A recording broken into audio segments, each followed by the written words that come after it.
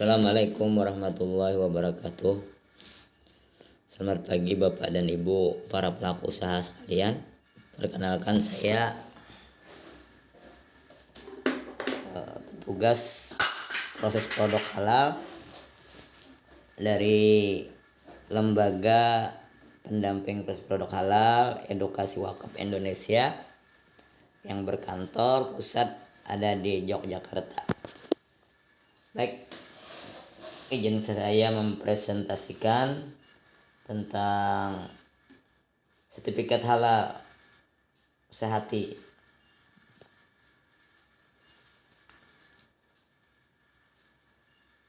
Baik, untuk yang pertama kali ini kita akan membahas tentang landasan hukum.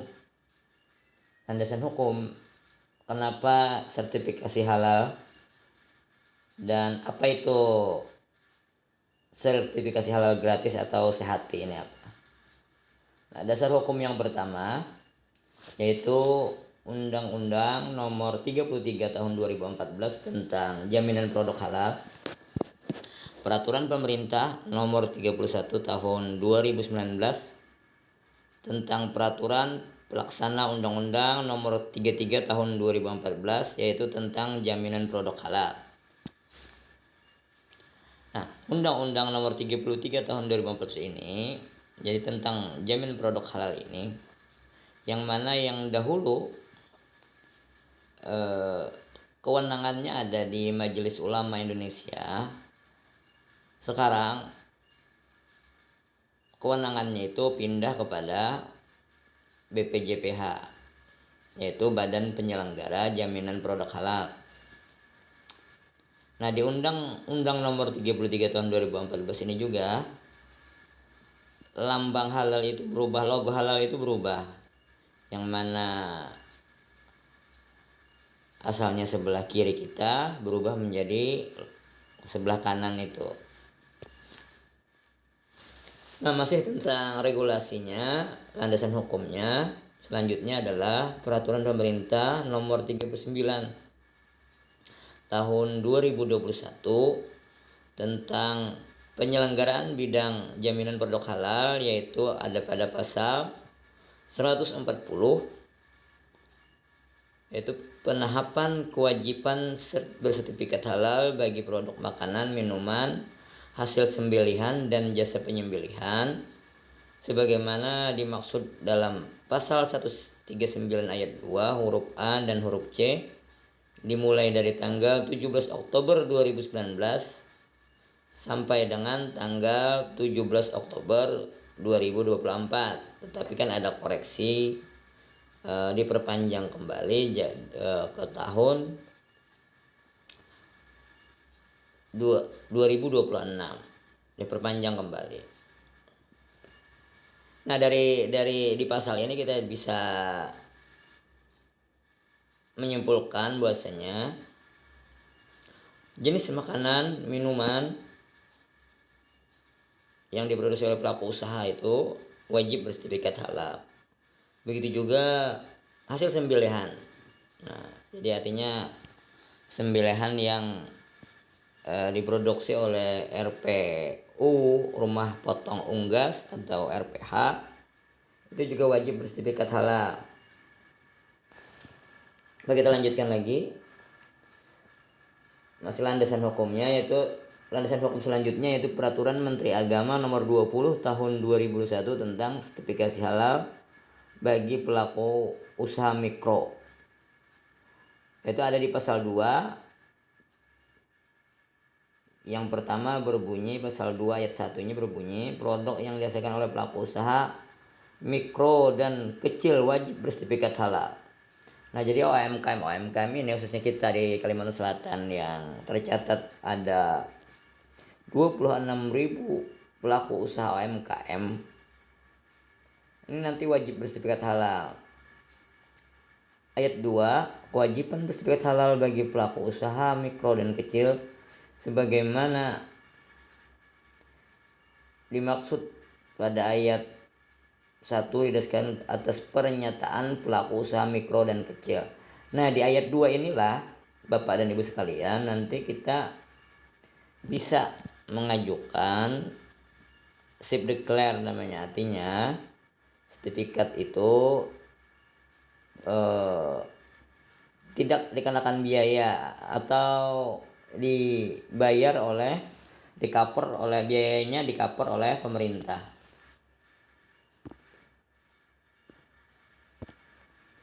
Next. Landasan hukum selanjutnya itu Peraturan Menteri Agama Nomor 20 Tahun 2021 tentang sertifikasi halal bagi pelaku usaha mikro.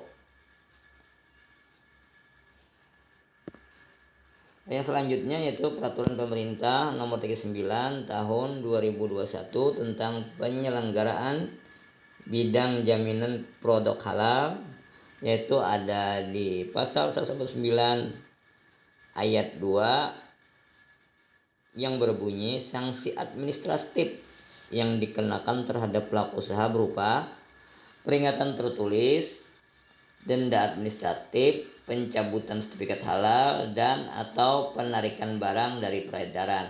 Nah, jika di 2026 nanti para pelaku usaha UMKM ini masih belum mempunyai sertifikat halal, maka sanksi administratifnya seperti itu dari poin A bertahap sampai poin D. Nah, di ayat 6 pasal 149 ayat 6 ini berbunyi juga dalam hal penetapan denda administratif sebagaimana dimaksud pada ayat 2 huruf B. Nah, denda mungkin ada denda setelah peringatan tertulis, tentu denda.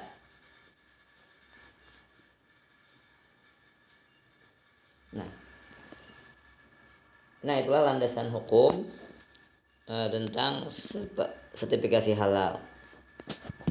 Poin yang kedua, bab yang kedua ini kita akan membahas tentang program sertifikasi produk halal gratis atau yang disingkat dengan SHT. Ini sudah kita bahas tadi. Itu di Peraturan Menteri Agama Nomor 20 Tahun 2021 tentang sertifikasi halal bagi pelaku usaha mikro.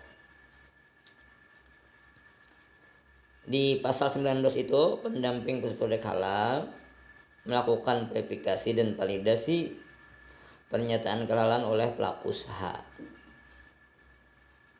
Ayat 2 berbunyi verifikasi dan validasi sebagaimana dimaksud pada ayat 1 meliputi bahan dan proses produk halal. Jadi sangat sederhana sekali.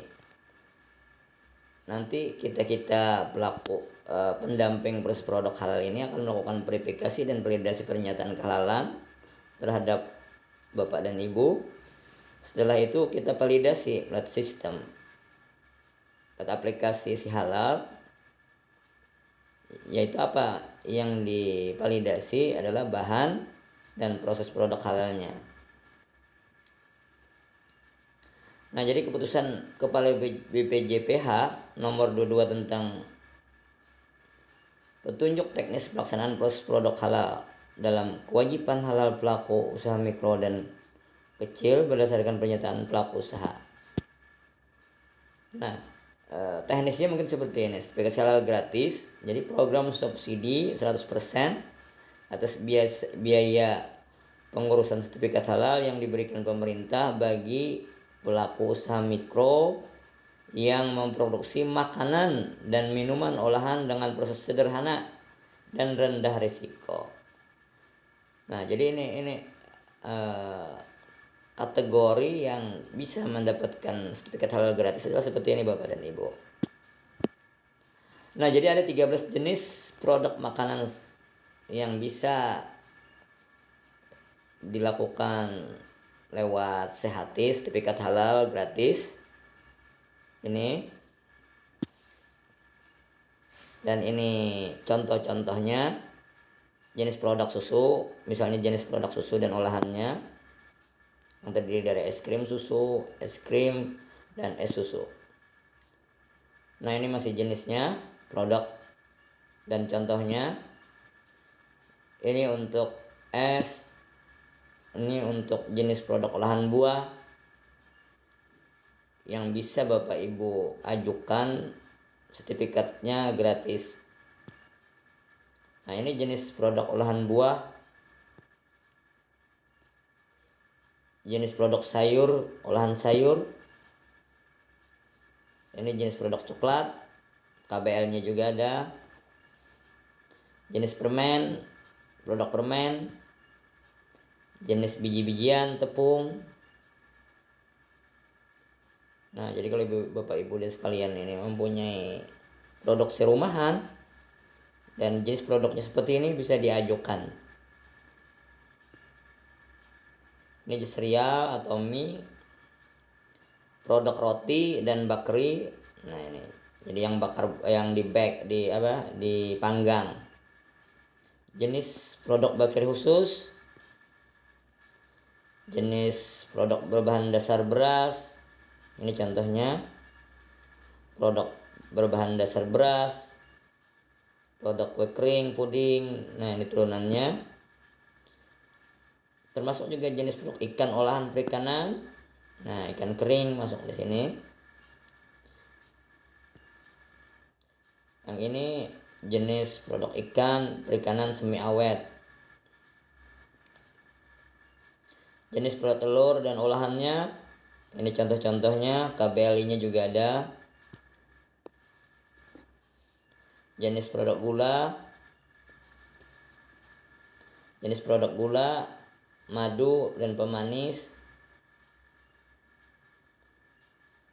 Jenis produk garam dan rempah. Jenis produk garam rempah. Jenis saus kecap. Makanan ringan siap santap.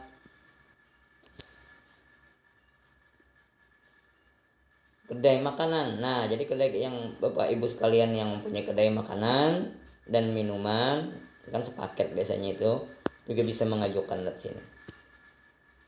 Nah, ini 6 jenis produk minuman sehati. Jadi ada 6 jenis yang bisa diajukan itu. Nah, ini jenis produk jus buah, ada 30 macam. Ini konsentrat buah dan sayuran, ada 22 macam. Produk minuman non soda. Ini jenis produk minuman kopi, teh, sari kacang. Ini produk minuman susu, campuran susu.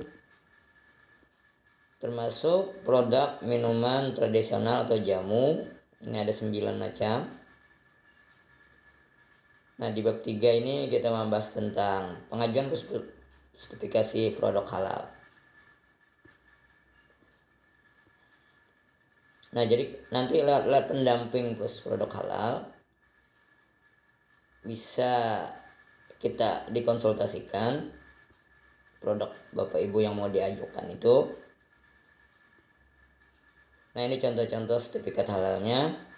Jadi apa manfaatnya kita mendaftarkan produk kita sertifikat halal? Supaya apa? Supaya makin berkah, makin unggul, makin laris, dan makin sejahtera. Terima kasih atas perhatiannya, Bapak. Saya ucapkan terima kasih atas perhatian Bapak dan Ibu para pelaku usaha. Billahi taufik wal hidayah. Wassalamualaikum warahmatullahi wabarakatuh.